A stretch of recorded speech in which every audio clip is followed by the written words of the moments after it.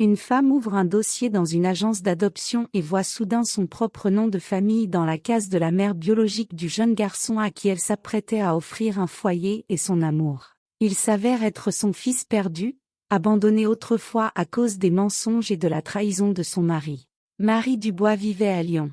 Elle travaillait de nuit comme infirmière à l'hôpital régional, et beaucoup la considéraient comme une femme discrète mais persévérante. Elle rassemblait des documents pour une adoption car, après un grave accident, elle avait perdu la capacité de donner la vie et avait décidé d'offrir sa chaleur à quelqu'un qui était déjà né mais qui avait besoin d'une famille. En janvier, elle apporta au service de l'aide sociale à l'enfance, ASE, ses bulletins de salaire, une lettre de recommandation de son travail et un certificat médical. Le temps était glacial et la route était couverte de verglas, mais Marie marchait d'un pas assuré, réchauffée intérieurement par le sentiment qu'elle approchait d'un grand changement. L'inspectrice, Anne Lévin, accepta les documents, vérifia la liste et fixa un rendez-vous au foyer pour enfants, l'Arc-en-Ciel, situé à la périphérie de la ville dans l'ancien bâtiment d'un sanatorium. La route qui y menait longeait le Rhône gelé, et Marie regardait les plaques de glace fissurées en pensant à la fragilité de la vie humaine. Quand elle entra dans le hall de l'établissement, ses yeux furent attirés par les murs clairs décorés de dessins d'enfants. L'éducateur, Michel Nicolas, un homme grand et sec, la guida dans le couloir, lui montrant les groupes de tout-petits, d'enfants d'âge préscolaire et d'adolescents. Chaque salle était remplie des voix étouffées des téléviseurs et d'une odeur de pot-au-feu. Marie s'arrêta devant la porte du groupe numéro 7. Derrière une paroi vitrée, 6 adolescents étaient assis, et parmi eux, un jeune homme dont les yeux, couleur de ciel d'automne, lui parurent étrangement familiers. Son cœur se serra d'une angoisse inexplicable. L'éducateur remarqua son regard et dit doucement, « Ce garçon s'appelle Arthur. Son dossier dit qu'il est orphelin, parents inconnus.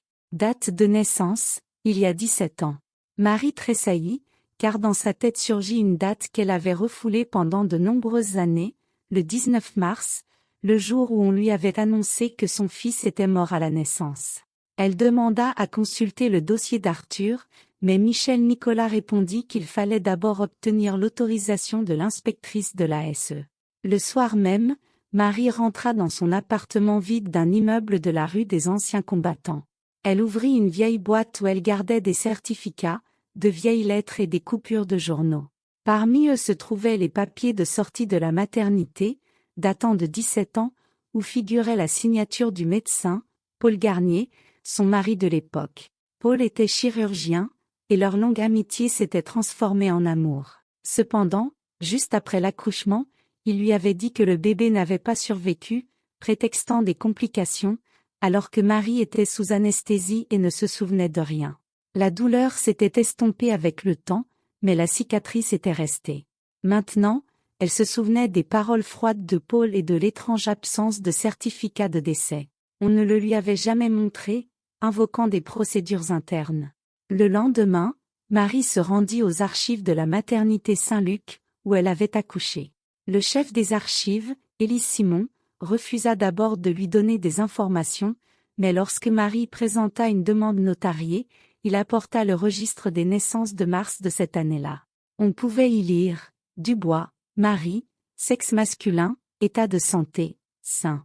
Dans la colonne « Destin de l'enfant », il était écrit le mot « transféré » et un numéro de dossier médical. Marie sentit des aiguilles de glace parcourir sa peau. Elle photographia la page et se rendit chez l'avocat Serge Martin, un spécialiste du droit de la famille qui avait servi au parquet avant de prendre sa retraite.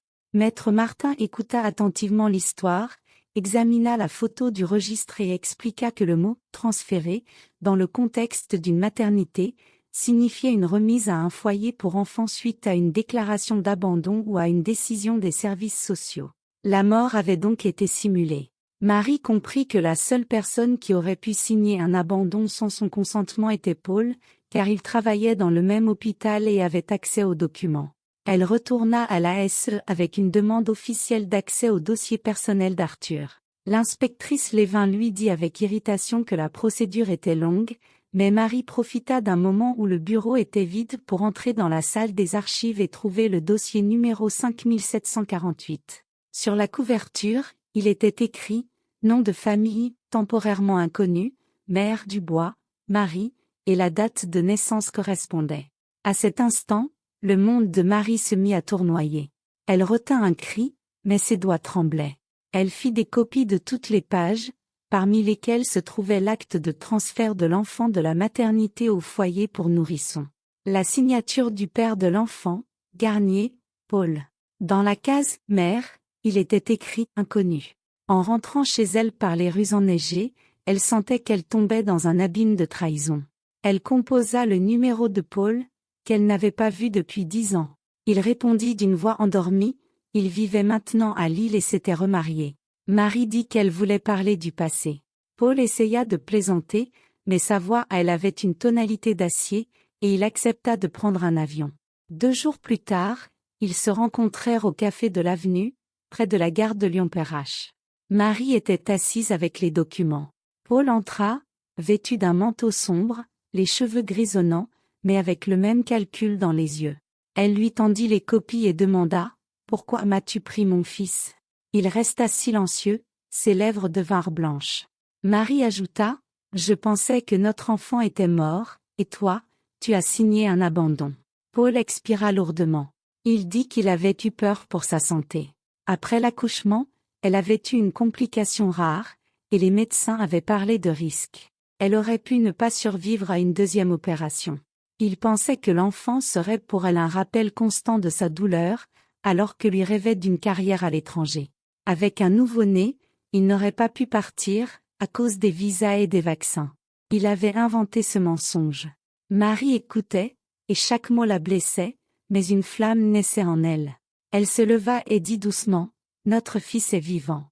Il est ici, à Lyon, dans un foyer. Parents inconnus.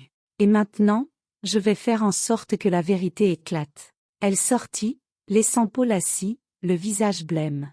Elle retourna voir Serge, son avocat. Ensemble, ils déposèrent une plainte pour restitution d'un enfant illégitimement enlevé et demandèrent un test ADN pour Marie et Arthur.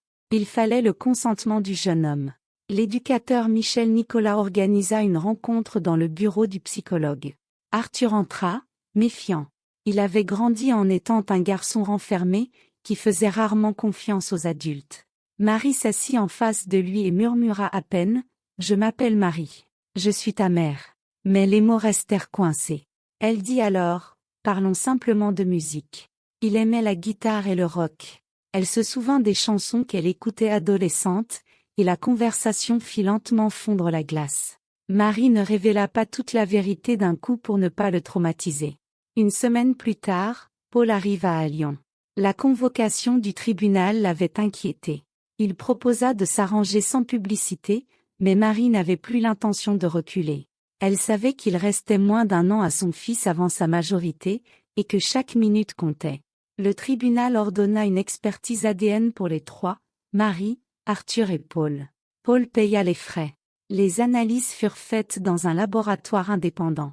Les résultats arrivèrent 3 jours plus tard. La correspondance génétique entre Marie et Arthur était de 99,98%. La correspondance entre Paul et Arthur fut également confirmée.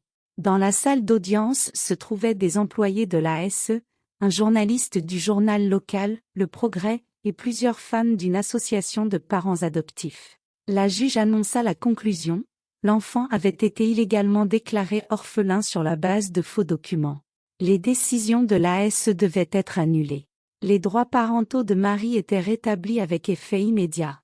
La question de la responsabilité de Paul fut transférée dans une procédure distincte, et le parquet ouvrit une enquête. Marie sortit du tribunal en tenant la main d'Arthur. Il était désemparé, mais ses yeux brillaient de peur et d'espoir. Paul se tenait à côté, la tête basse. Sa carrière était détruite. Sa nouvelle famille ne connaissait pas ce secret. Maintenant, la presse écrivait sur l'affaire retentissante du chirurgien qui a falsifié des documents.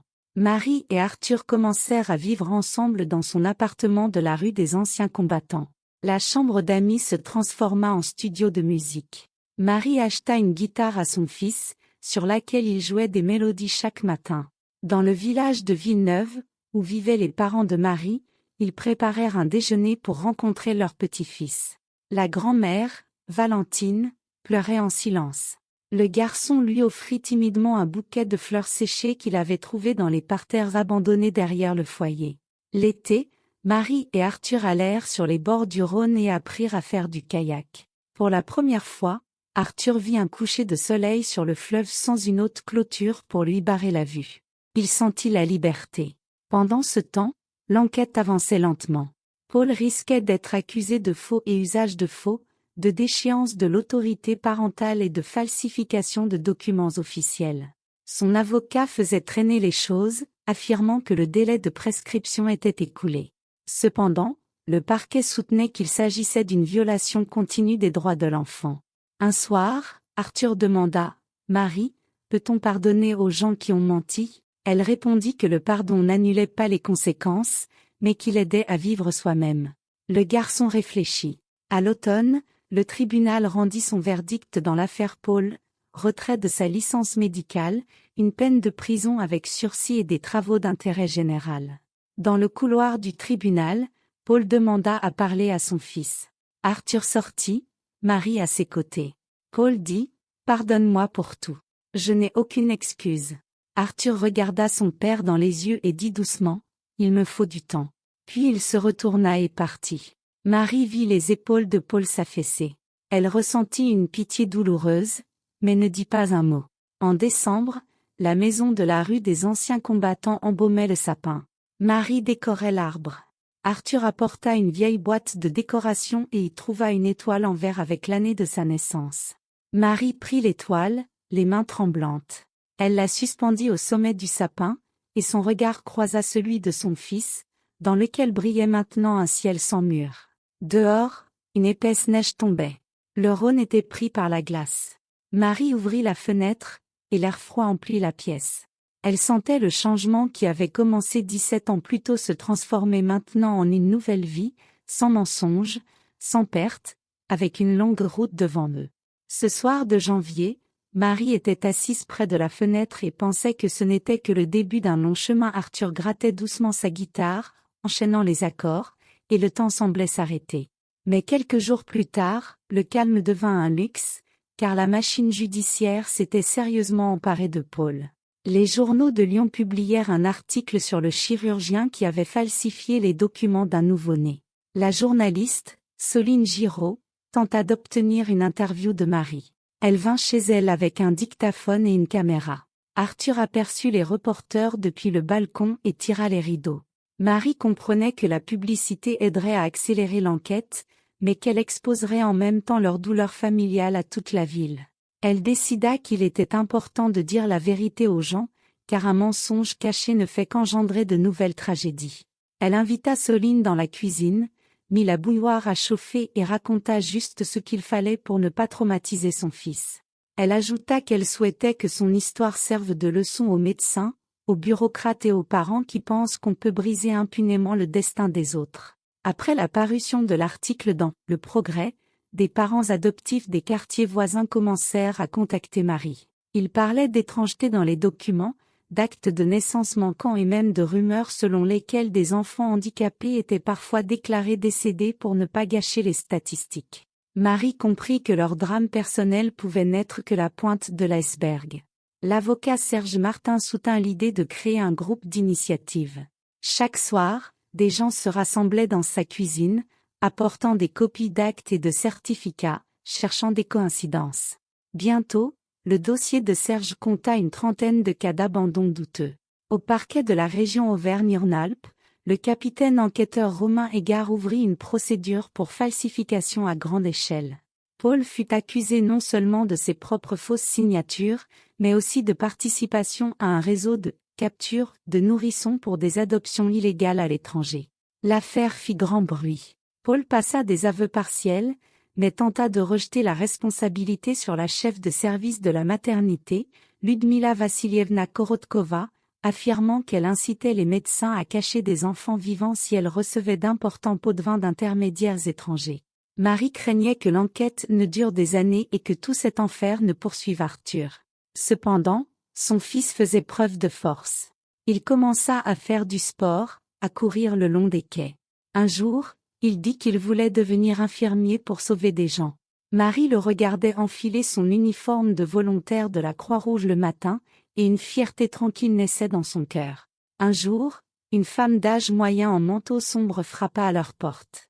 Elle se présenta comme Irène Sauveterre. Elle avait accouché dans la même maternité, le même jour que Marie. Sa fille, selon les médecins, était morte à la naissance. Maintenant, Irène avait vu un reportage à la télévision et sentait qu'elle aussi aurait pu être trompée. Marie écouta l'histoire d'Irène et comprit que les cercles du mensonge s'élargissaient. Avec Serge, ils entreprirent de faire des demandes aux archives. Un mois plus tard, l'enquêteur égard convoqua Marie et Irène pour une identification sur photo. Dans une enveloppe scellée se trouvaient des clichés de nourrissons pris par un employé de la maternité et conservés dans ses archives personnelles. Parmi eux, Irène reconnut avec horreur le visage d'une petite fille qui avait une fossette distinctive sur la joue, comme sa grand-mère décédée. Il s'avéra que l'enfant avait été emmené en Espagne via une fondation d'aide aux orphelins. La fondation était dirigée par un entrepreneur domicilié à Paris, et Paul servait d'intermédiaire. Marie sentait que la trajectoire de sa vie était liée au destin de femmes et d'enfants inconnus, privés de leur nom et de leur famille.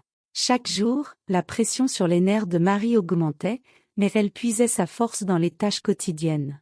Elle se levait à 5 heures du matin pour préparer un petit déjeuner chaud à Arthur, allait à l'hôpital et effectuait ses gardes de 12 heures, aidant les chirurgiens. Les patients la reconnaissaient parfois sur les photos des journaux et la remerciaient pour son courage. Cela la remplissait de ténacité. Pendant ce temps, Arthur suivait des cours du soir pour passer son bac en candidat libre.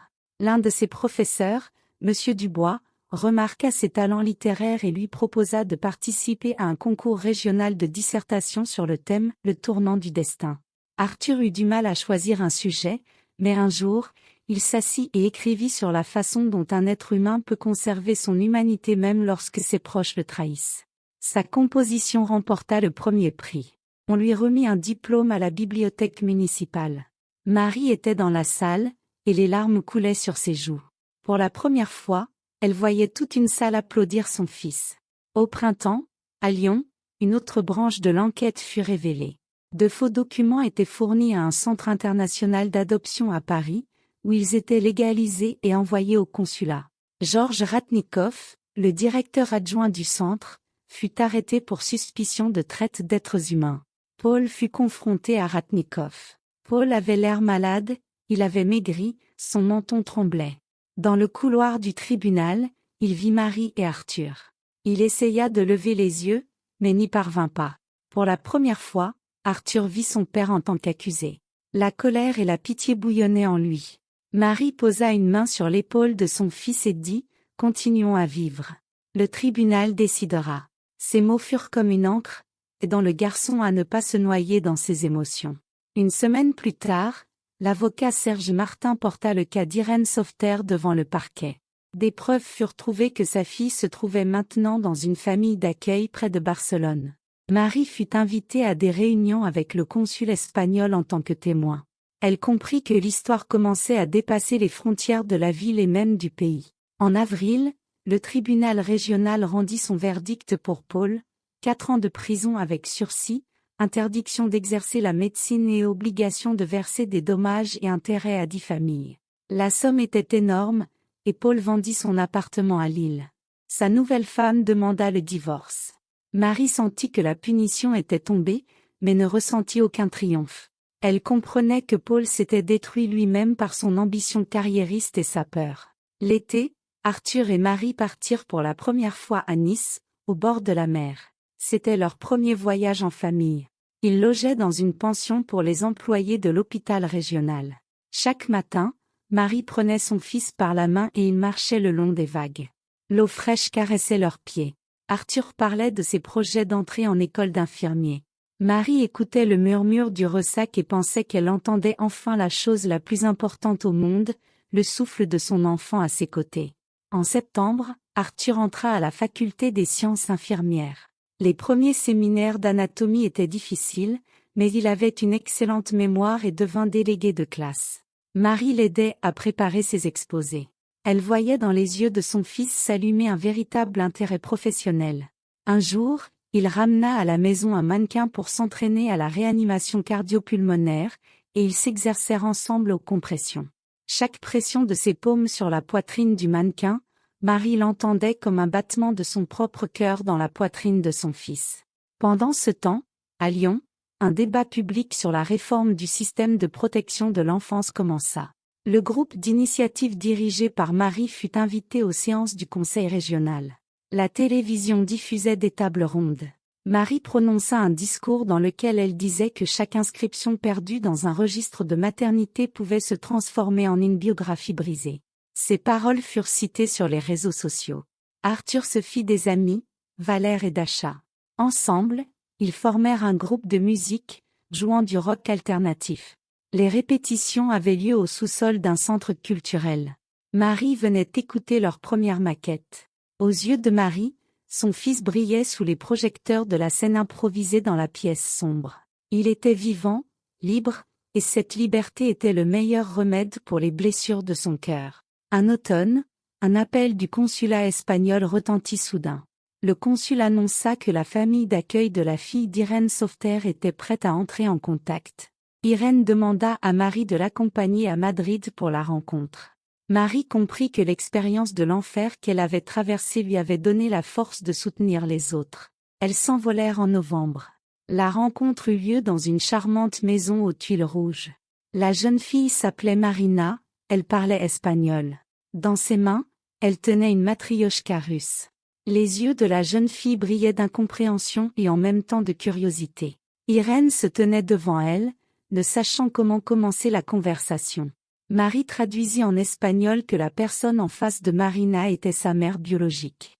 La jeune fille toucha lentement la paume d'Irène et dit doucement « Mama ». Irène pleurait sans un bruit. Marie les serra toutes les deux dans ses bras. Elles retournèrent à Lyon juste avant la première neige. Sur le quai de la gare, Arthur attendait sa mère et Irène.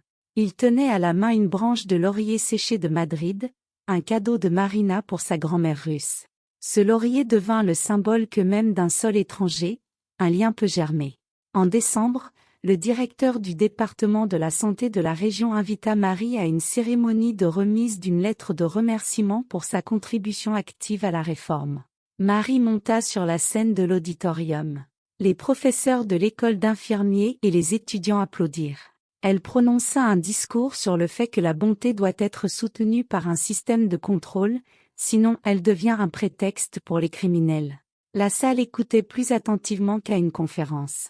Pour le nouvel an, Arthur prépara une surprise. Il sortit un vieux projecteur des archives de son école et projeta sur le mur blanc du salon un film de leurs photos. La première photo, prise à l'hôpital, où Marie tenait la main de son fils pendant la prise de sang pour l'ADN. Puis, une photo de la salle d'audience où Marie et Arthur sortaient sous les flashs des caméras. Puis des images du Rhône, de la mer à Nice, de Madrid. Marie regardait et les larmes coulaient sur ses joues, mais c'étaient des larmes de gratitude. En janvier, Paul fut autorisé à quitter brièvement l'île pour voir sa mère. Il décida de venir à Lyon et d'appeler Marie. Elle fixa longtemps le téléphone. La peur et la compassion se battaient en elle. Arthur vit le nom de Paul sur l'écran et dit « Maman, tu n'es pas obligée de répondre ». Marie inspira l'air glacial du soir et prit l'appel.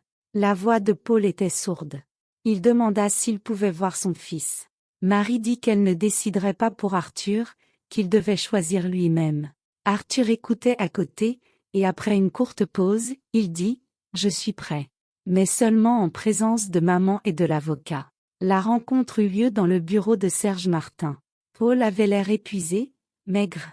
Il tenait à la main la lettre l'obligeant à payer les compensations.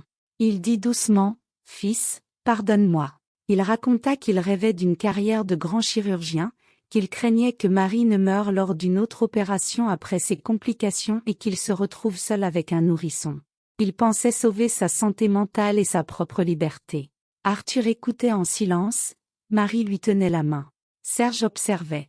Paul continua, disant qu'il ne dormait plus la nuit, qu'il se réfugiait dans le travail. Sa carrière ne lui avait pas apporté le bonheur. « J'ai traversé un désert et je suis quand même venu ici, dit-il.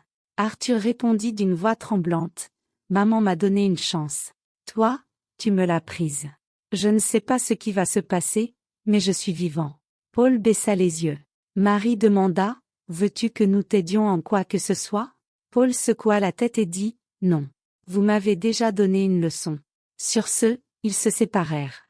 En mars, Arthur remporta la première place aux Olympiades régionales de médecine de catastrophe. Son équipe avait évacué le mannequin blessé plus vite que toutes les autres. Dans un reportage sur l'événement, un journaliste lui demanda qui était son héros.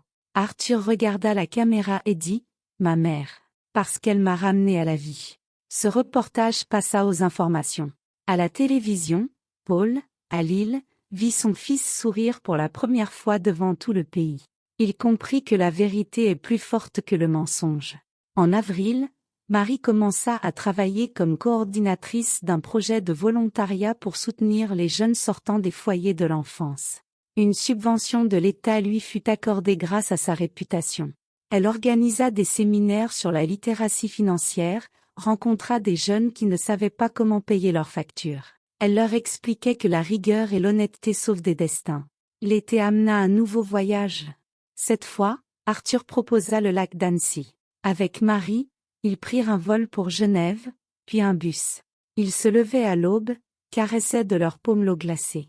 Arthur ramassait des pierres pour son cours de botanique. Marie photographiait les abeilles des steppes sur des fleurs rares. Le soir, au coin du feu, ils chantaient ensemble des chansons de Noir Désir à la guitare. Leurs voix se mêlaient sur fond de ciel bleu foncé du lac. À l'automne, Arthur fit un stage au SAMU. Pour la première fois, il assista à la mort d'un patient lors d'une intervention. Le soir, il rentra à la maison, blême. Marie le serra dans ses bras.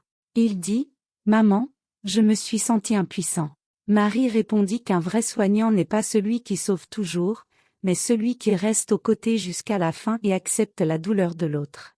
Ces mots devinrent un soutien pour Arthur. Il les nota dans son carnet. En décembre, à Lyon, une plaque commémorative dédiée aux enfants rendus à leur famille après les erreurs du système fut inaugurée. Lors de la cérémonie, Marie prit la parole. Elle raconta qu'un enfant déclaré orphelin sur des documents pouvait être votre fils derrière une porte, que chaque signature de médecin est une responsabilité. Les gens écoutaient et prenaient des photos. Arthur se tenait à côté et tenait la main de sa mère. En janvier, Arthur eut 18 ans. Ils organisèrent une fête dans un petit café au bord du fleuve. Ses amis musiciens, ses professeurs et Irène Sauveterre, venus avec Marina, étaient là. Des guirlandes étaient suspendues dans la salle, et une chronologie de photos défilait sur un écran. Marie leva son verre de jus de grenade, car elle n'aimait pas l'alcool. Elle prononça une longue phrase de toast, mais sans un seul point.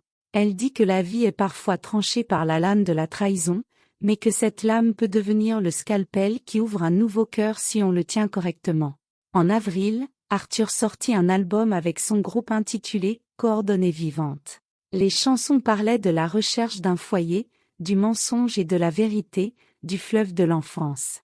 Les critiques du journal municipal écrivirent que l'on sentait dans les textes une douleur et une maturité authentiques. Lors du concert de lancement, la salle chantait en chœur le refrain où résonnaient les mots « Maman, je suis à la maison ».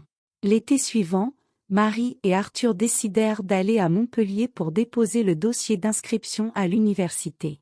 Arthur rêvait de devenir médecin urgentiste. Il marchait sur la place de la Comédie, se tenant la main comme une mère et son fils désormais adulte. Le vent apportait une odeur de grillade, et à ce moment, Marie ressentit le calme qui vient après une longue tempête. Elle savait que leur chemin n'était pas encore terminé, mais qu'ils étaient ensemble, et que c'était le plus important. En août, une lettre d'Espagne arriva. Marina Sauveterre envoya une photo d'elle au bord de la mer et écrivit en russe « Merci pour maman ». Marie transmit la lettre à Irène, qui pleura de joie. À l'automne, Paul écrivit sa première lettre à Marie depuis le procès. Il raconta qu'il travaillait comme aide-soignant dans un service de soins palliatifs, que la rencontre avec son fils l'avait forcé à reconsidérer le sens de sa profession. Il avoua qu'il voulait racheter sa faute en aidant ceux qui partent. Marie répondit par quelques lignes, disant qu'elle était heureuse qu'il ait trouvé le chemin de l'honnêteté. L'hiver apporta des vents froids à Lyon. À l'hôpital où travaillait Marie, un nouveau service de néonatologie ouvrit. Le médecin-chef lui proposa le poste d'infirmière en chef. Elle accepta. Maintenant, chaque jour, en traversant les couloirs, elle regardait les minuscules nourrissons et savait qu'elle tenait entre ses mains la responsabilité de leur avenir, et de faire en sorte qu'aucun d'eux ne disparaisse dans les papiers comme Arthur avait disparu autrefois. Au printemps, Arthur fut admis à la faculté de médecine de Montpellier. Pour les adieux, il se tenait sur le quai. Le train haletait de vapeur. Marie serra son fils dans ses bras, lui dit qu'il lui manquerait mais qu'elle était heureuse. Arthur répondit qu'il reviendrait médecin et qu'il sauverait des vies. Marie regarda le train jusqu'à ce qu'il disparaisse dans la brume bleue, puis se tourna vers le Rhône. Le fleuve était large et calme. Le soleil se reflétait dans ses eaux. Elle comprit que le cercle de sa douleur s'était refermé et s'était transformé en un pont. Un pont que son fils avait traversé pour aller vers sa vie, et elle vers son nouvel objectif, protéger d'autres mères de la douleur qu'elle avait endurée. Et si quelqu'un demandait à Marie si elle croyait au miracle, elle dirait que le miracle n'est pas une illumination brillante. Le miracle, c'est chaque jour où une mère et son fils peuvent accueillir ensemble l'aube sur le Rhône, quand la vérité ne tue pas mais guérit, quand même une suite infinie de virgules sans point se transforme en le souffle d'une longue vie sans pause, parce que leur histoire continue et continuera tant que la lumière brûlera dans leur maison et que résonnera la voix de la guitare sous laquelle ils chantent ensemble les mots « Maman, je suis à la maison ». Juin à Lyon commença par une canicule anormale et inattendue. Dans le service de néonatologie où Marie était devenue infirmière en chef, les climatiseurs fonctionnaient à plein régime. Une nuit, elle remarqua qu'un nouveau code-barre était apparu sur le registre, sur la couveuse où reposait une petite fille pesant à peine 900 grammes. Ce code-barre était déjà enregistré comme ayant été attribué à un autre enfant sorti de l'hôpital. Un frisson glacial parcourut le dos de Marie, car cela lui rappelait les mêmes machinations qui lui avaient autrefois volé son fils.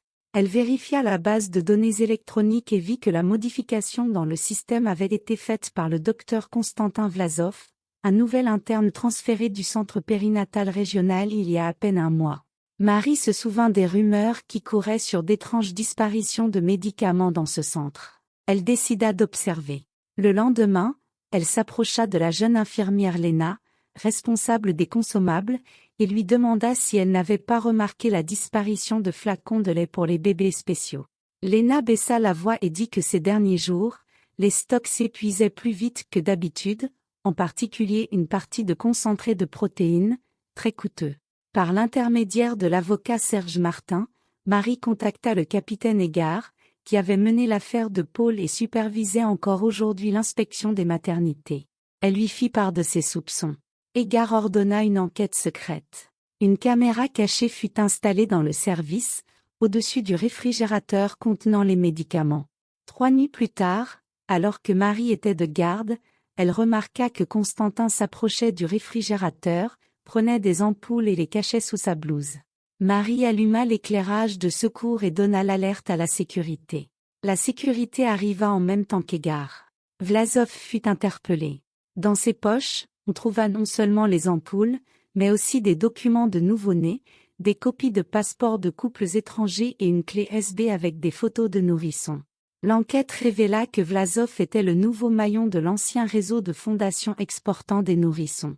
Lors de son interrogatoire, il avoua qu'1 an et demi plus tôt, lors d'une conférence, il avait rencontré un agent étranger, Anselme Roy, qui lui avait proposé de l'argent pour servir d'intermédiaire. Vlasov collectait des données sur les enfants en état grave, et après leur sortie de l'hôpital, il falsifiait les dossiers pour que les bébés soient officiellement reconnus comme apatrides.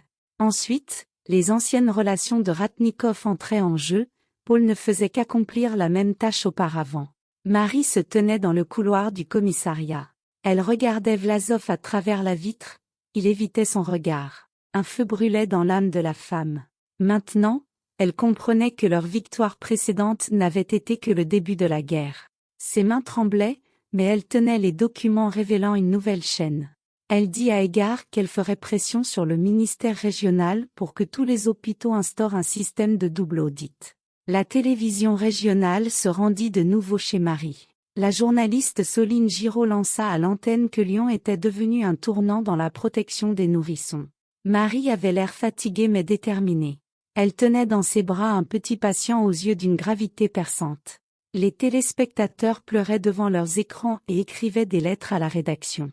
Pendant ce temps, à Montpellier, Arthur, en stage en réanimation, fut confronté à sa première véritable intervention sur un arrêt cardiaque. Le patient survécut, mais le jeune homme, après sa garde, sortit sous une pluie nocturne et tremblait. Il lui semblait entendre son propre cri de nouveau-né.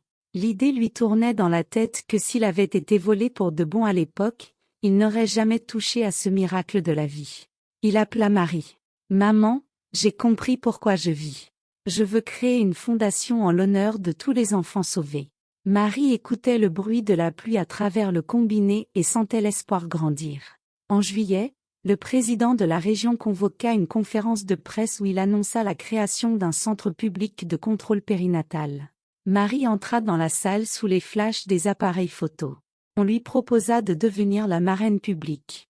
Elle dit qu'elle était d'accord, mais seulement si des journalistes indépendants obtenaient le droit de surveillance. La salle applaudit. Le président hocha la tête. En août, Paul écrivit une deuxième lettre. Il disait qu'il travaillait dans un service de soins palliatifs et s'occupait des personnes âgées. Il avoua qu'il rêvait de faire son premier acte honnête. Il voulait verser ses compensations non pas en argent, mais en faisant don d'équipement au nouveau centre. Marie lut la lettre dans le silence de la cuisine. Arthur était rentré pour les vacances. Il vit sa mère pensive et lui demanda si elle lui avait pardonné. Elle répondit que le pardon n'effaçait pas la mémoire, mais que si l'équipement aidait à sauver des nourrissons, alors même le coupable pouvait apporter de la lumière. Arthur la serra dans ses bras. L'automne vit l'ouverture du centre. Marie se tenait devant les portes avec les grands-mères du club des familles d'accueil. Elle tenait le ruban avec la petite Dasha, une fillette trisomique adoptée un an plus tôt.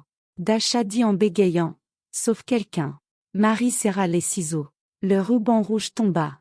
À cet instant, un soleil chaud se levait sur le Rhône, et dans son âme résonnait le murmure que la bataille continuait, mais plus forte encore résonnait la certitude que la vérité avait maintenant une maison.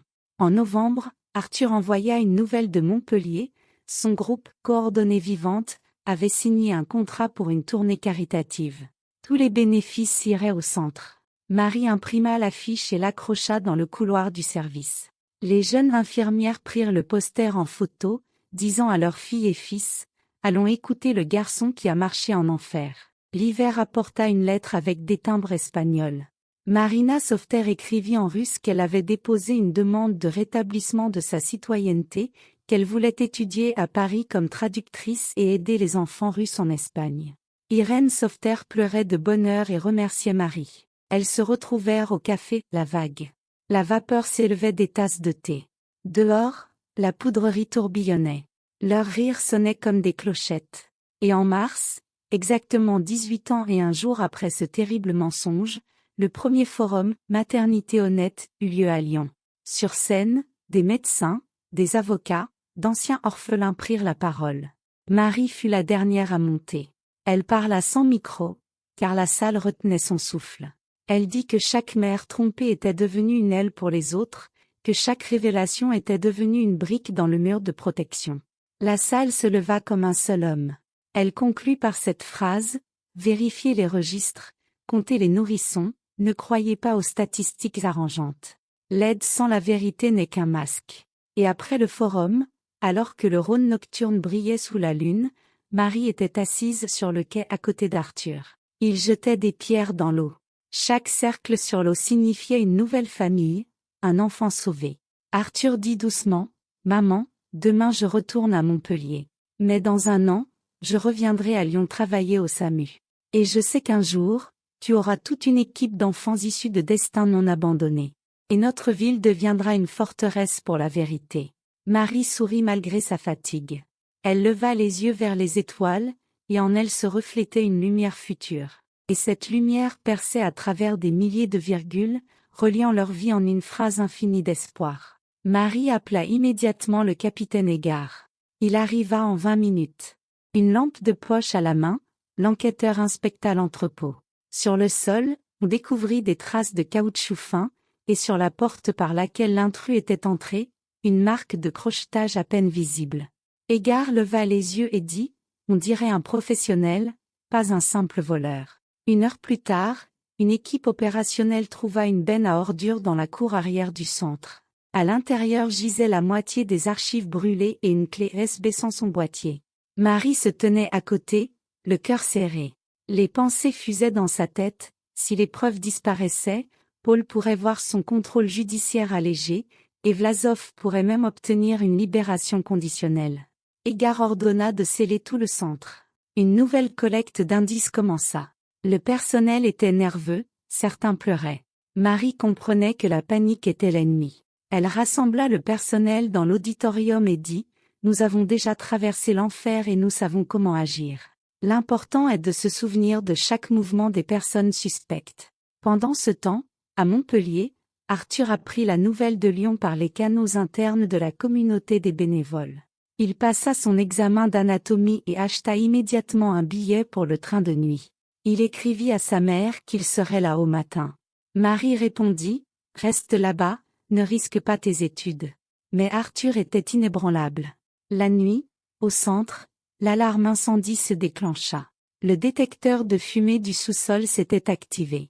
Marie, accompagnée de la sécurité, se précipita en bas. Un torchon de cuisine se consumait.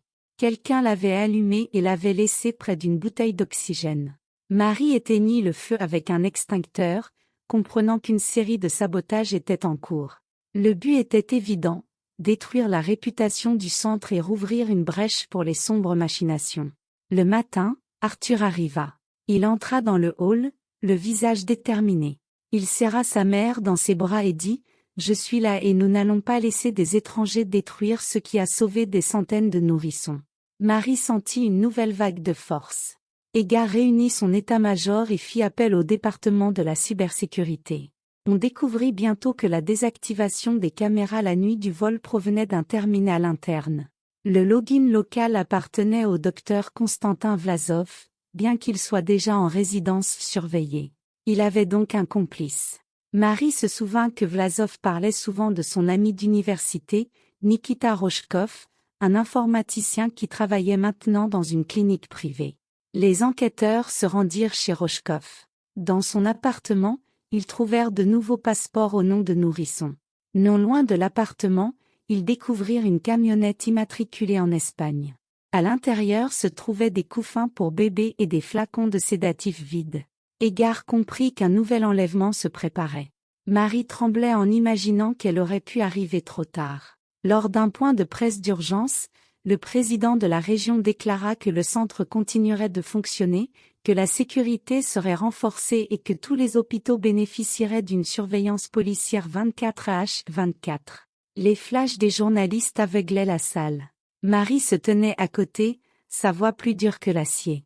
Elle dit « Nous ne nous battons pas pour des murs, nous nous battons pour le souffle de chaque enfant. » La même nuit, Rochkov tenta de s'enfuir par la gare de triage, mais il fut arrêté.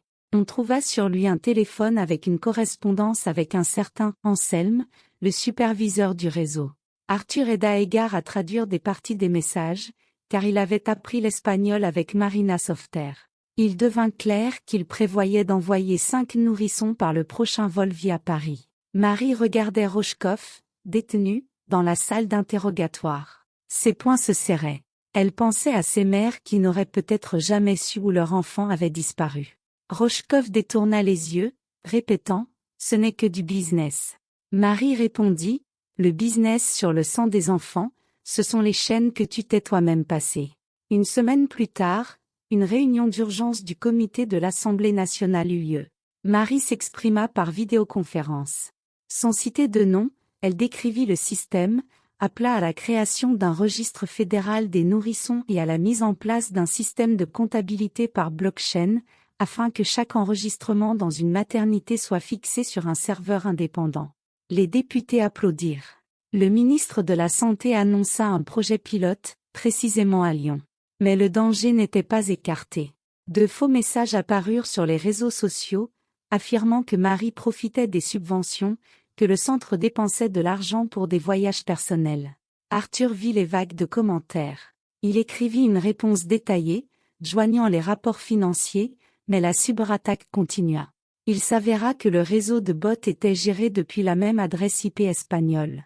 Edgar contacta Interpol. En juin, une forte crue du Rhône provoqua une panne de courant dans la ville après qu'un éclair eut frappé une sous-station. Les générateurs du centre se mirent en marche, mais les pompes à eau cessèrent de refroidir la salle des serveurs. Marie découvrit que quelqu'un avait désactivé à l'avance le circuit de secours. Les serveurs auraient pu fondre, la base de données de l'audit aurait été perdue.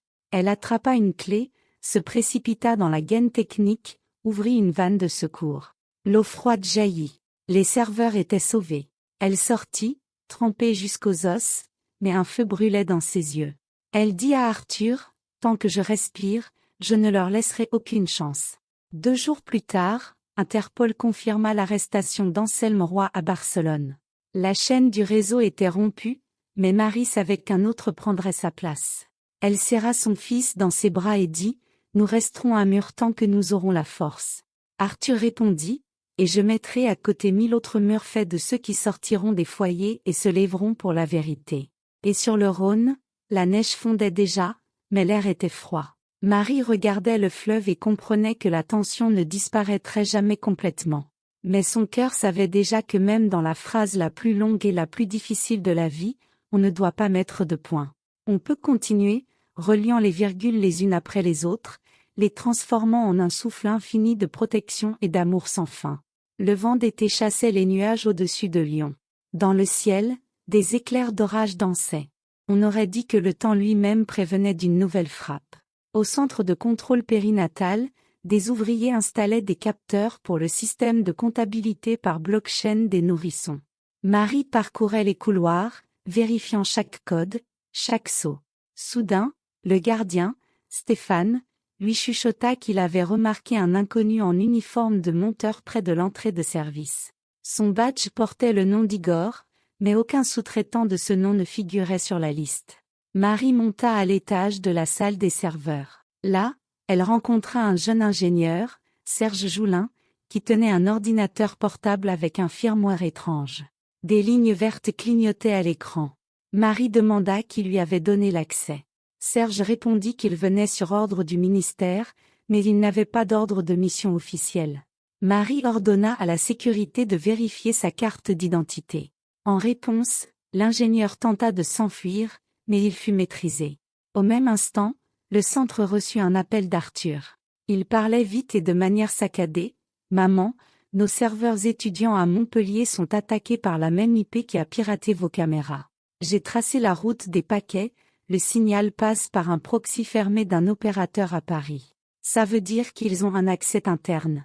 Aucun bâtiment ne sera protégé s'ils rallient les ministres à leur cause. » Marie en informa égard. L'enquêteur envoya une demande à Paris, mais les services supérieurs traînaient. Alors, Marie se décida à un geste désespéré. Avec son avocat, elle déposa une plainte pour agissements illicites contre des fonctionnaires spécifiques. Cette plainte fut rendue publique en direct dans une émission de télévision. Le présentateur demanda sans détour qui avait intérêt à la chute du centre et nomma 2 hauts fonctionnaires du ministère qui avaient supervisé les anciennes fondations de Ratnikov.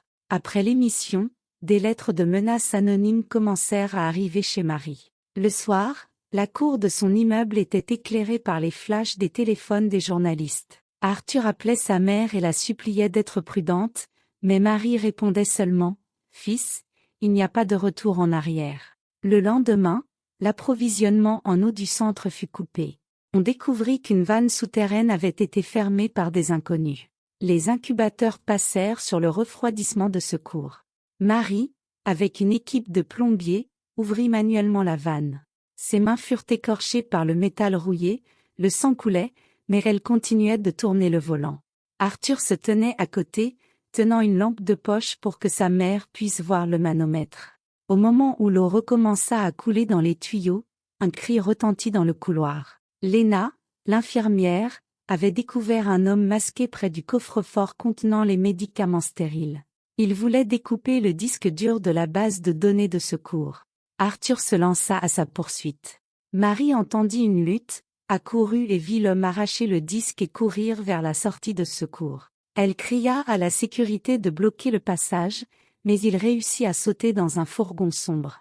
Le moteur vrombit, et la voiture démarra en trombe. Marie sentit tout se contracter en elle. Elle comprenait que la perte de la copie de sauvegarde signifiait des mois de restauration de données. Edgar arriva en 20 minutes. Il inspecta les lieux et dit que le conducteur avait désactivé les caméras à ce moment précis, ce qui signifiait une nouvelle fois une taupe interne. Le soir, Arthur remarqua qu'une fausse nouvelle sur une infection était apparue sur le site du centre. La publication était déjà diffusée par des bots. Marie, avec l'équipe informatique, tentait de reprendre le contrôle. Ils étaient assis dans la salle des serveurs, dans le bourdonnement des ventilateurs. Arthur tapait des commandes sur le clavier, ses doigts tremblaient, mais ligne après ligne, il supprimait les faux fichiers. Cependant, l'attaque ne cessait pas. Alors Marie proposa de mettre en ligne un registre ouvert de toutes les finances et de tous les achats. La transparence tue les rumeurs, dit Arthur. 1 heure plus tard, les reporters publiaient déjà les tableaux. Les bots furent déconcertés, mais à ce moment-là, leur véritable adversaire lança une nouvelle attaque. De Paris, arriva un ordre de fermer temporairement le centre jusqu'à vérification, signé par les mêmes personnes mises en cause. La nuit, Arthur était assis devant son ordinateur portable. Il trouva dans les logs du serveur le numéro de la carte d'accès appartenant au technicien Vassili Tchijov, qui travaillait sous contrat pour la ventilation. Le fils montra sa découverte à sa mère. Marie se souvint que Tchijov s'attardait souvent près du coffre-fort contenant les disques. Avec Edgar, ils organisèrent une surveillance. Le 3e jour, Tchijov sortit avec un sac noir. À l'intérieur se trouvait le disque volé. Il portait l'hologramme de la fondation contrôlée par les hommes de Ratnikov. Tchijov fut arrêté. Sous la pression, il donna le nom d'un officier du ministère parisien qui le payait. Edgar transmit les données au service de renseignement. La nuit, une opération fut menée. Les bulletins d'information parlèrent de l'arrestation de l'organisateur d'un réseau international de trafic de nourrissons. Mais tandis que Marie remettait le disque dans le serveur, son cœur se serra d'une douleur aiguë. Le médecin de garde mesura sa tension, l'aiguille sautait. Marie s'assit sur une chaise et ferma les yeux. Arthur lui apporta de l'eau. Il voyait que sa mère était épuisée. Il dit, « Maman, tu as tout donné. Laisse-moi mener le combat maintenant. » Marie sourit faiblement et murmura, « Nous sommes ensemble. C'est seulement ensemble que nous tenons la ligne. » Le matin, un télégramme de l'Assemblée nationale arriva. Le projet pilote de comptabilité par blockchain des nourrissons était reconnu comme un succès. Le centre de contrôle périnatal recevait un financement fédéral. Marie se présenta devant le personnel, les yeux brillants. Elle tenait le papier et parlait d'une voix légèrement brisée par les larmes, « C'est notre petite victoire. Mais le chemin à parcourir est long. Respirons ensemble. » Le soir, avec Arthur, ils se tenaient sur le toit du centre. Le coucher de soleil inondait le Rhône d'or. En bas, la ville bourdonnait. Marie leva la tête vers le ciel. Une anxiété dans la poitrine, mais dans la main de son fils pulsait le rythme chaud de la vie. Et elle savait que le tournant était passé, mais que ce n'était que le milieu de leur phrase infinie. La virgule était posée. Des milliers d'autres virgules les attendaient, et pas un seul point. La chaleur estivale semblait avoir calciné toutes les rues de Lyon, mais à l'intérieur du centre de contrôle périnatal régnait une tension glaciale. À la mi-juillet, Marie reçut une lettre urgente de Genève. Une commission internationale pour la protection de l'enfance s'y réunissait pour présenter le projet pilote russe de comptabilité par blockchain.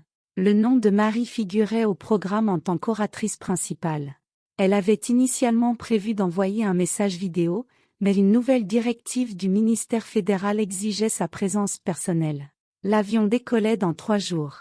Arthur insista pour que sa mère confie le centre à son adjoint, Igor Streltsov, un médecin calme à la réputation irréprochable.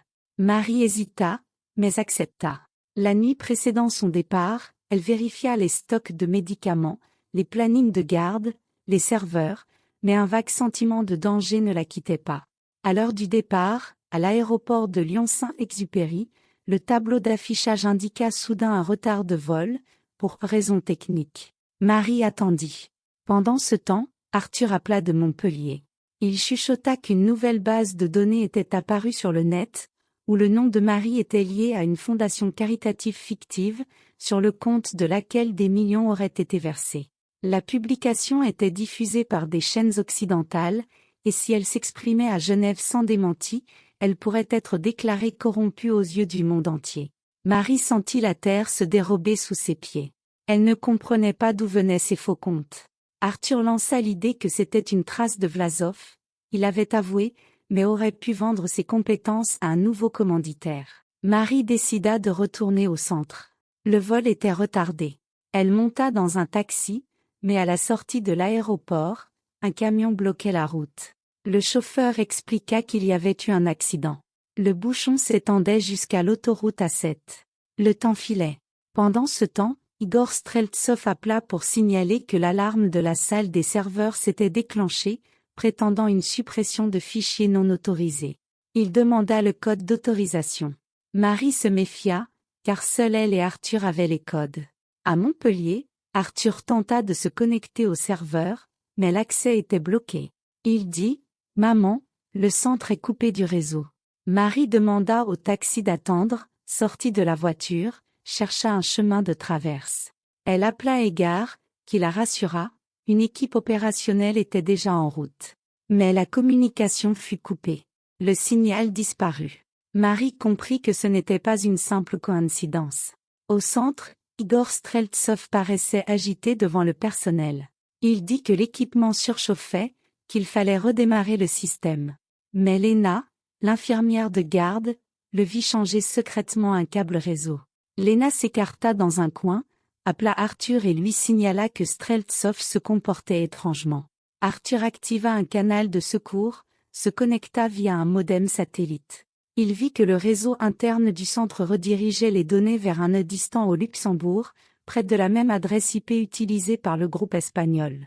Arthur cria dans le téléphone, « Streltsov est la taupe ». Lena sortit courageusement de l'arrière-salle et appela la sécurité, mais la lumière s'éteignit dans le couloir. Les lampes de secours clignotaient. À ce moment, dans le service de réanimation, les moniteurs se mirent à biper de manière alarmante. Les incubateurs passèrent sur batterie. Chez les bébés les plus faibles, la saturation en oxygène commença à chuter. Marie réussit enfin à contourner le bouchon. Le chauffeur parvint à éviter l'accident par un chemin de terre.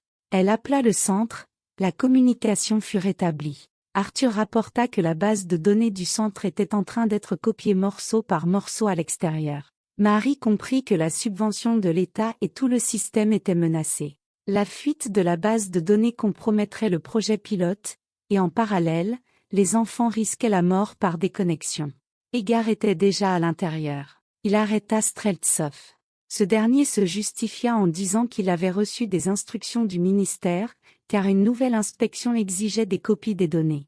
Mais dans le téléphone de Streltsov, on trouva un email provenant d'une adresse lux.adoption.net, lui promettant une grosse récompense s'il sabotait le serveur. Marie se précipita dans la salle de réanimation, brancha des bouteilles d'oxygène portable. Lena régla la température. Arthur, à distance, bascula l'alimentation sur le générateur de secours. Les médecins travaillaient comme un seul organisme. 10 minutes plus tard, le mécanisme vital se stabilisa. Edgar ordonna au cyberspécialiste de couper le tunnel illégal. Arthur chargea une sauvegarde récente. Lena verrouilla la salle des serveurs et apporta la clé à Marie. L'exploitation de la base de données fut stoppée. La nuit tomba sur le Rhône. Dans le bureau de la directrice, une douce lumière brûlait. Marie était assise à son bureau, devant elle le protocole d'interrogatoire de Streltsov. Il s'avéra qu'il collaborait avec les mêmes fonctionnaires qui avaient tenté de fermer le centre. Il leur restait un dernier atout, la salir sur une plateforme internationale. Marie comprit qu'il fallait prendre l'avion, mais plus pour Genève, directement pour Paris. Elle avait besoin de preuves directes de son innocence. Elle retrouva dans ses anciens emails les relevés bancaires que Streltsov avait falsifiés. Edgar les envoya à des experts. L'analyse confirma la supercherie. 24 heures plus tard, Marie était assise dans le studio d'une chaîne de télévision nationale. Elle tenait dans ses mains un dossier de preuves. Le monde entier la vit exposer le système des fondations fantômes, comment les fonctionnaires utilisaient des accusations fabriquées. Les journalistes posaient des questions. Marie dit que chaque enfant volé est une brûlure sur le cœur du pays, qu'on ne peut pas laisser la corruption dicter les destins. Pendant ce temps, à Genève, la commission annonça que le rapport de Marie était reporté, qu'on attendait sa participation en ligne. Elle alluma la caméra directement depuis le studio. Derrière elle, le pupitre des informations. Toute la salle à Genève écoutait sa voix. Elle parla de la méthode blockchain, montra les statistiques des enfants sauvés, les listes des fausses fondations. Le monde applaudit. En rentrant chez elle dans le wagon de nuit, Marie ferma les yeux. Elle entendait le cliquetis des roues. À côté d'elle, Arthur somnolait. Il se tenait la main. Le train filait vers le Rhône. Un nouveau jour et une nouvelle virgule les attendaient, car il ne mettait toujours pas de point. L'aube de Lyon accueillit Marie avec un vent frais venu du fleuve. De fins nuages se reflétaient dans l'eau du Rhône. La ville semblait retenir son souffle lorsque le train de Paris s'arrêta doucement sur le quai. Marie et Arthur descendirent, leurs mains jointes. Ils sentaient comment les nombreux événements s'étaient tissés en un fil infini qui les tirait maintenant vers l'avant. Au centre de contrôle périnatal, les infirmières les attendaient. Léna fut la première à accourir, disant que les enfants allaient bien, mais que la commission de Paris était déjà arrivée. La commission était composée de 6 experts, dirigés par le professeur Yuri Konovalov, un homme au regard sévère et à la voix stricte, connu pour ne pas hésiter à fermer des établissements pour la moindre infraction. Marie comprenait que chaque action du personnel serait désormais passée au crible. Dans le bloc opératoire, les médecins vérifiaient l'équipement, les compresseurs et les générateurs. Arthur se rendit à la salle des serveurs, vérifia les journaux et s'assura que personne n'avait modifié la configuration depuis la dernière attaque. Cependant, il remarqua une étrange entrée dans le système au milieu de la nuit, à une heure où le train de Marie traversait déjà la Bourgogne. Il appela Égard. Le capitaine arriva instantanément. À leur demande, la sécurité visionna les caméras. Il s'avéra qu'à ce moment-là, l'assistante de laboratoire Svetlana Gordeva, une jeune femme discrète de la banlieue, s'était approchée du terminal. Elle travaillait depuis longtemps sur les analyses de sang et n'avait jamais fait l'objet de reproches. Marie demanda gentiment à Svetlana ce qu'elle faisait au milieu de la nuit. Svetlana pâlit et dit qu'elle avait glissé sur le sol mouillé, qu'elle voulait appeler une femme de ménage et qu'en voyant l'écran clignoter, elle avait décidé de désactiver l'alarme. Marie sentit le mensonge, mais n'insista pas. La commission se rendit en réanimation. Le professeur Konovalov prêta attention à la température des incubateurs, vérifia l'humidité, nota la propreté de l'équipement. Tout était en ordre. Mais il demanda ensuite pourquoi l'oxygène de secours était stocké au sous-sol et non dans un conteneur séparé. Marie répondit que l'ancien bâtiment avait été conçu ainsi, mais que le transfert avait déjà été commandé. Le professeur nota la remarque. Tard le soir, Arthur examina de nouveau les logs de la nuit. Il décida de consulter l'ancienne correspondance de Svetlana dans le chat de l'entreprise. Rien de suspect. Mais sur le téléphone de l'assistante, on trouva un signal de messagerie envoyé à un numéro étranger. Égard contacta les opérateurs et découvrit que le numéro était enregistré au nom de la même société où opérait Anselme Roy. Le lendemain matin, le professeur Konovalov convoqua une réunion. Il déclara que le centre fonctionnait de manière stable, mais qu'il y avait 2 problèmes critiques, le stockage des bouteilles de gaz et une possible fuite de données. Si l'accès au serveur par une personne non autorisée était confirmé, le centre ferait face à une suspension temporaire de son financement. Marie écoutait, le cœur serré, mais elle savait qu'il fallait se battre avec des faits. Arthur proposa à sa mère de réaliser un audit de démonstration en temps réel pour montrer comment la blockchain enregistrait chaque modification. La commission accepta. Ils entrèrent dans la salle des serveurs. Arthur afficha le journal complet à l'écran, commença à le faire défiler. Lorsqu'il atteignit l'entrée nocturne, il montra l'adresse IP. Le professeur demanda une explication. Arthur dit que le compte appartenait à l'assistante Svetlana. Assise dans un coin, elle tremblait et avoua soudain qu'elle avait rencontré un jeune homme sur Internet. Il lui avait promis de payer ses études en Allemagne en échange de tests sur la sécurité des centres. Elle pensait ne rien faire de mal, juste vérifier, acceptant de brancher des clés USB et de faire des captures d'écran. Marie écoutait, mais sa voix était ferme.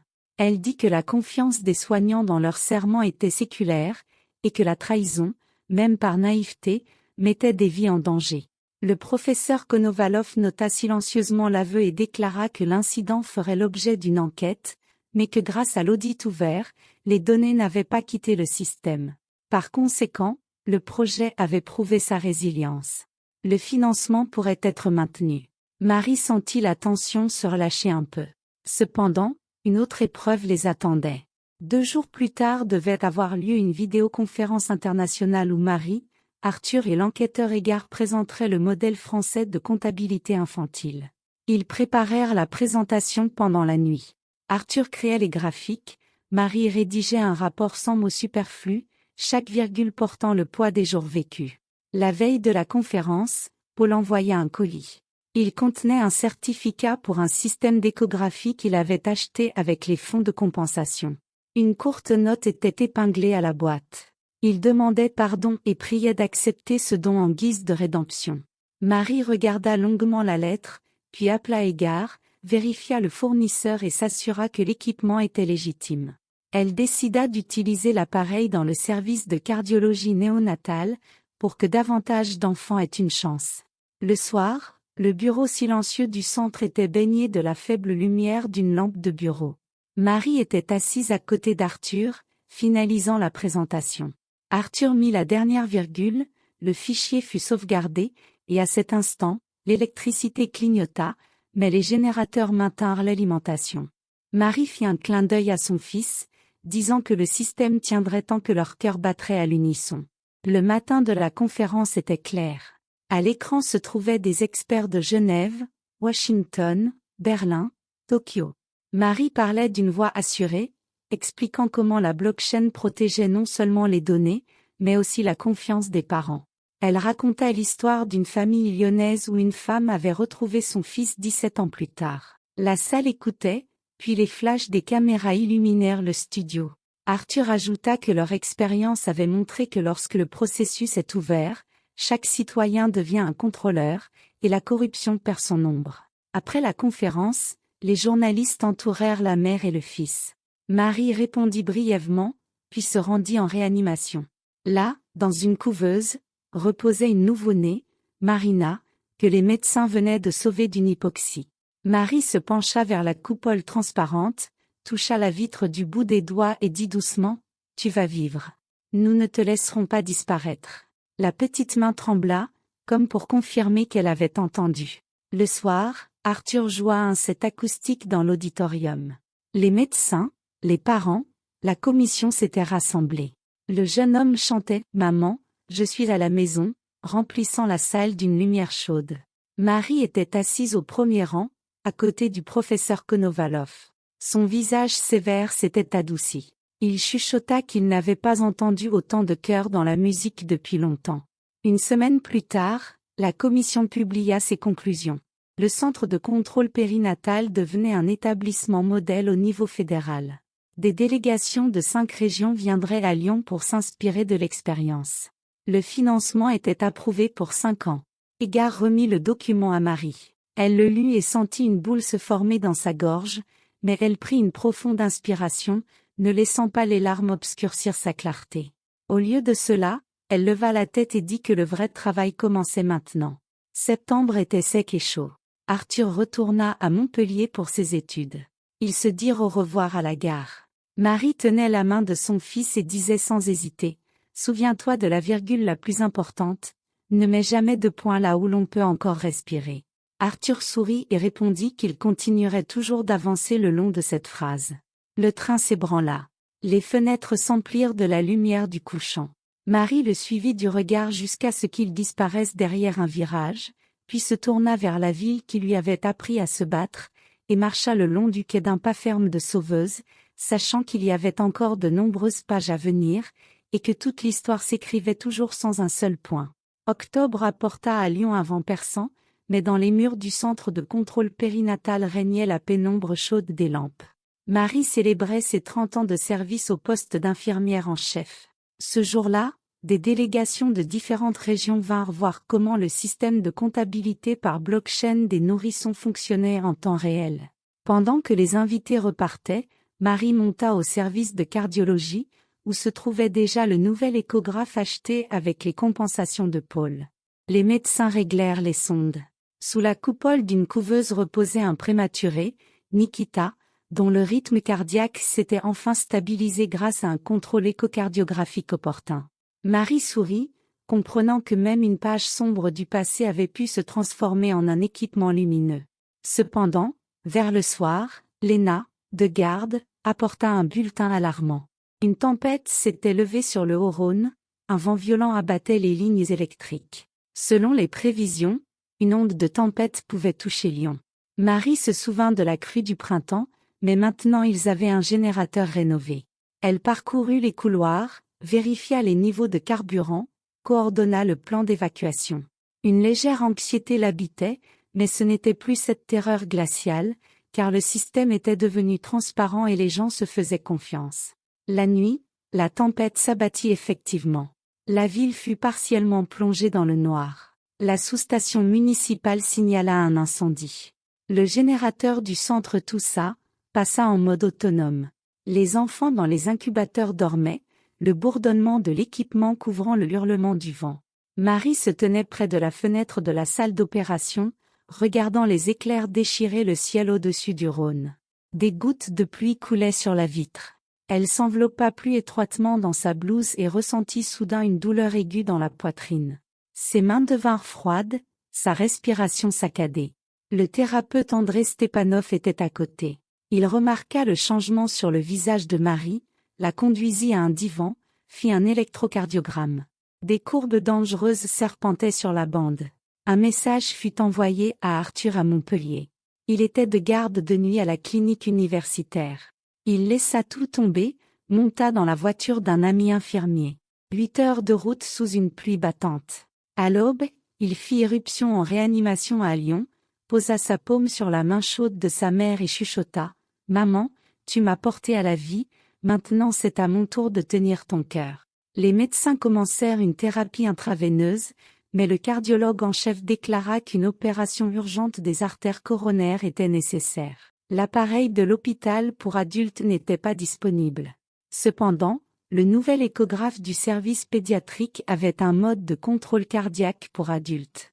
Marie sourit à travers son masque à oxygène, tout était lié, et la douleur coupable du passé devenait le salut du présent.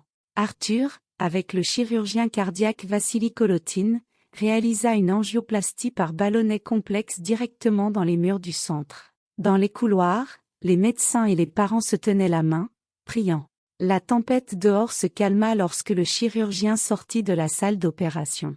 Il retira ses gants et annonça que le flux sanguin était rétabli, mais que Marie avait besoin de repos et d'une longue rééducation.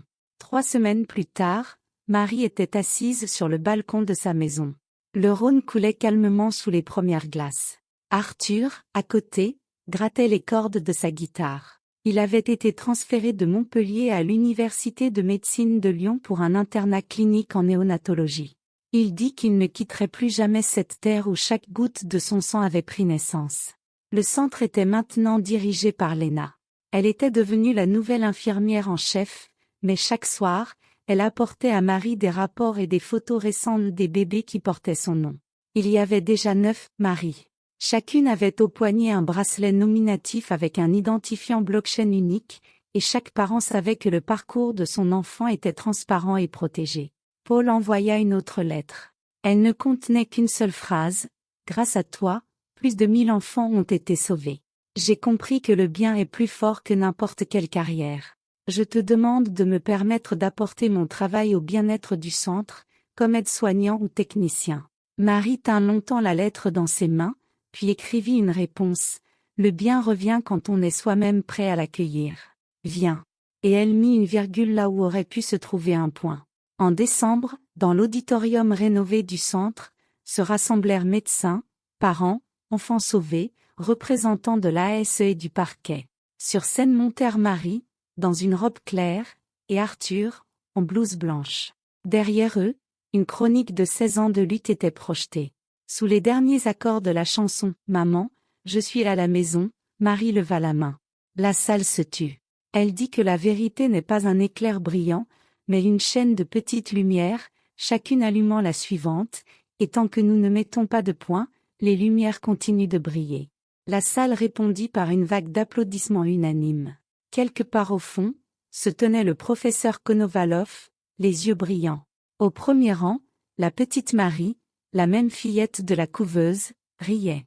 Elle faisait signe au futur docteur Arthur. Et à cet instant, Marie comprit que l'histoire s'était refermée. La douleur était devenue force, et la force était devenue un chemin. Un chemin infini, mais désormais droit et éclairé.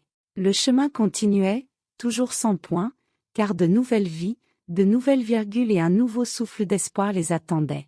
Le soir de décembre tomba sur Lyon sous un ciel de plomb lourd. Des nuages s'amoncelaient au-dessus du Rhône.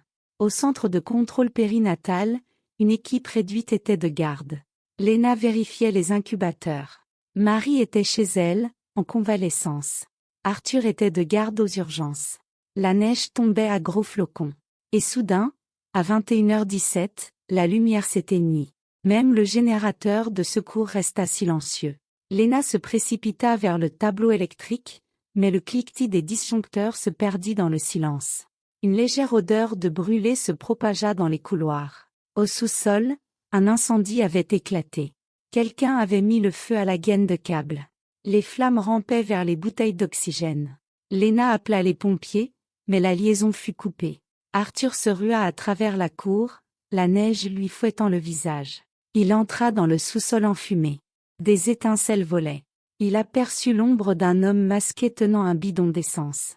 Arthur cria, mais l'inconnu le frappa avec une lampe de poche et s'enfuit par une trappe de secours. Léna traînait les bouteilles dans le couloir étroit, ses mains brûlées par le métal. Arthur l'aidait. Les enfants dans les couveuses suffoquaient, leurs petites mains s'agitaient. Les moniteurs bipaient, les batteries se vidaient. Chez elle, Marie sentit une douleur soudaine dans la poitrine.